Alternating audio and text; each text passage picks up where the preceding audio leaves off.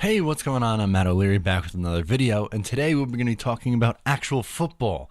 The Jets preseason week 1 against the New York Giants. We have a game to talk about and some players to talk about. But before we get started, I just want to mention that you can follow me on social media at Matt O'Leary NY on Facebook, Twitter, and Instagram. So now that we got that out of the way, we can jump right into it, and we'll start with quarter number 1, work our way to the end. So starting with the very first drive, the New York Jets get the ball, and they march themselves right down the field. But on the first pass of the game from Sam Darnold, he was nearly picked off by Jabril Peppers. A little bit nervous, he tried to force a throw on the right side to Quincy Enunwa on an out route, and the route was jumped by Jabril Peppers. Luckily, it went right through his hands, because then Darnold was perfect the rest of the way, 4 for 4 after that, so he finished 4 of 5 for 68 yards, a touchdown, and a 158.3 rating. Pretty solid. So the touchdown was a little dump off to Crowder.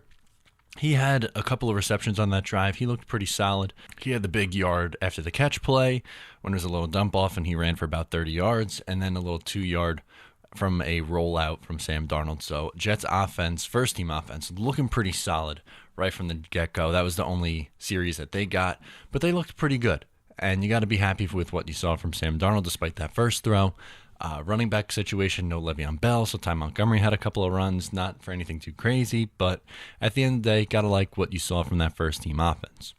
Same thing pretty much for that second team defense, but before I get to that, I guess I should mention Catanzaro missed an extra point. This is going to be a theme, but 0 for 1 so far.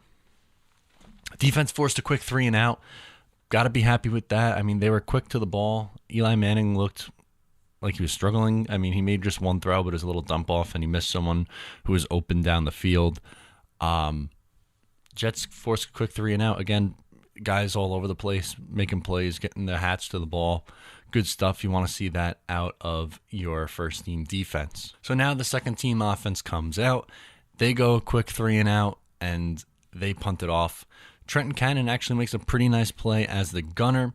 To me, with Trenton Cannon, that's his best role, is as a gunner on special teams. He's not a great returner on punts or kickoff, not a great running back, but if he's going to make the team, it's going to be as the gunner. So he made a nice play, maybe keeps a roster spot at this point. So now in comes Daniel Jones, the 6th overall pick for the New York Giants. What are we going to expect out of Daniel Jones? Nobody liked the pick at all. He comes in, absolutely torches the Jets' second team defense. They looked absolutely awful. He goes 5 of 5, 67 yards, and a touchdown, marches the Giants right down the field. They go up 7-6. Jets' defensive line really had no push whatsoever. Second string secondary was just terrible. That's going to be a theme. But Jets lack depth at pass rusher, or getting to the quarterback, and the secondary, and that was put on display last night. So unfortunately, some of the Jets' weaknesses were put on display in this game. Then we have a long hour delay due to the weather, but that pretty much wraps up the first quarter. First teams for the Jets both sides of the ball looked pretty good. Giants, not so good on the first teams, but their second team looked a little bit better, and so on, as we'll get into the second quarter now. So in the second, Alex Tanney comes in. He hits Russell Shepard on a 51-yard slant, who beat Parry Nickerson. I mean, Parry Nickerson looked really bad. Cryon Brown looked really bad also, so that's not something that you want to see, obviously. Eli McGuire showed again that he can't really run the ball, and he's an okay receiver out of the backfield. But again, you're not going to rely on him to really run the football that much. So Trevor Siemian hits Eli McGuire for a little dump-off touchdown, and the Jets get back in the game, but Catanzaro, again, misses a extra point. Terrible look for Catanzaro. At this point, it's 14-12, so the Giants get the ball now, and some other things that I noticed. Frankie Louvu with the forced fumble with Blake Cashman. Louvu was all over the place. Blake Cashman really was too, 5th-round pick from 2019. I wasn't a huge fan of the pick, but he really was all over the field and had a pretty good showing in week 1 of the preseason. Catanzaro comes out, hits a 34-yarder, so missed 2 extra points, hits a little chip shot field goal. I guess he semi-salvaged it, but the Jets have to be looking in to get some field goal kickers in here because they can't go into the season with Catanzaro as the kicker. Tanny and that Giants third team, I guess, really cooks up the Jets secondary. Again, marches them right down the field. They get a field goal, 17-15 at the half. Trevor Siemian's day is done. 13 of 16, 77 yards, and a touchdown. He was okay. He definitely established himself as the clear number 2, though, as Davis Webb would come in and not look so good, and neither would Luke Falk. In the third, Giants start with the ball. Ja'Kai Polite, what are we going to see out of him on the defensive side of the ball? Not a whole lot. He was manhandled. He did not have a great game. He didn't get to the quarterback. Couldn't really get much pressure going at all. He didn't look all that great after a pretty good couple of weeks in practice. So that was a slight disappointment for me if I'm a New York Jets fan. What the Jets also did was they challenged a defensive pass interference against the Giants. There was a no call on third down. It ends up extending the drive, and it's a 30-yard penalty. I don't know how I feel about these defensive pass interference challenges because it really slows down the game. But it was an egregious call. They missed it, and they fixed it. So, I mean, at the end of the day, that's a positive thing. It benefited the Jets, but it just slows down the game even more. It's already a 3-hour game. So, again, I'm not really too sure how I'm going to feel about this. I want to wait and see in the regular season. Dortch had himself a good-looking punt return in this quarter.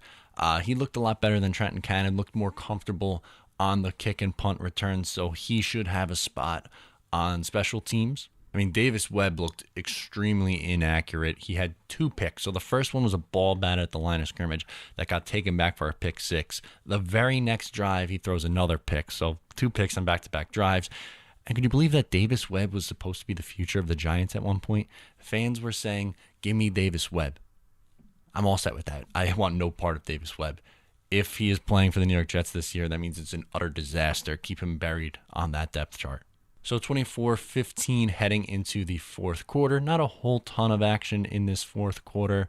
If you thought the Jets secondary was weak on the second string, it got even worse. My goodness, did it get worse. TJ Jones had himself a touchdown from Kyle Lauletta on a back shoulder throw to put the Giants up 31-15. Again, Brown did not look good. Doug Middleton didn't have a good game. Perry Nickerson didn't have a good game. So some of those guys lower on the depth chart who are trying to make a push up for that fourth corner spot didn't really play all that great, and it showed the lack of depth on that New York Jets team. Valentine Holmes had a couple receptions on the final drive from Luke Falk. They had a garbage time touchdown from Falk to Greg Dortch. 31-22, your final. What we saw out of this game, though, again, starters look pretty good. Secondary depth, not so good. It's preseason, it doesn't matter. But I was excited to see some New York Jets football back in action. You'll have to wait another week until they play against the Atlanta Falcons on the road. Maybe we'll see Le'Veon Bell. I'd be a little bit surprised. Brian Winters got banged up in this game, so we're going to keep an eye out for that. But overall, I liked what I saw out of the first teams on both the offensive and defensive side of the ball, and we were able to see that this team does not have a ton of depth. If you liked the video, please give it a thumbs up. Make sure to subscribe if you aren't already. You can follow me on social media at Matt O'Leary NY, and I'll talk to you next time.